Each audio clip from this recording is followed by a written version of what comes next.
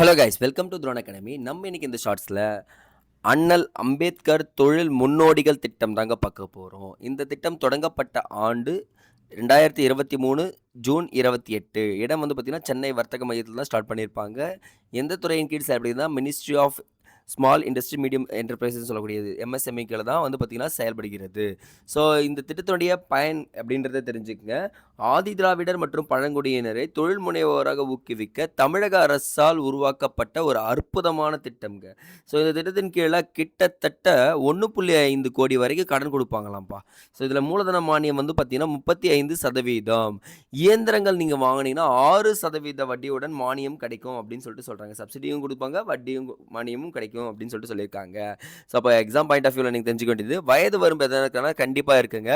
இதில் நீங்கள் 100% SC ST மட்டும் இருந்தால் மட்டும்தான் கொடுப்பாங்க. அது மட்டும் இல்லாமல் 18 வயதிலிருந்து 55 வயது வரை உள்ள உட்பட்டவர்களுக்கு மட்டும்தான் இந்த ஸ்கீமில் எலிஜிபிள். அப்போ எத்தனாவது வரைக்கும் படிச்சிருக்குன்னு கேட்டிங்கன்னா 8வது வகுப்பு வரை தேர்ச்சி பெற்றிருக்க வேண்டும்.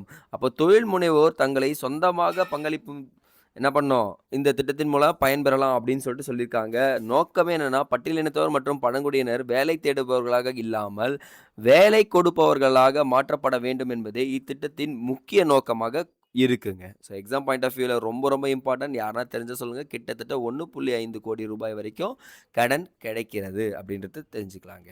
ஓகே காய்ஸ், அப்போ குறைந்தபட்ச கல்வி தொகுதி தேவையில்லைன்னு சொல்லிட்டு கொடுத்துருப்பாங்க. இல்லைங்க, 8வது வரைக்கும் இருக்குது. 8th ஞாபகம் வச்சுக்கோங்க. That's enough guys. Okay guys, அடுத்த சான்ஸ் சந்திப்போம். நன்றி.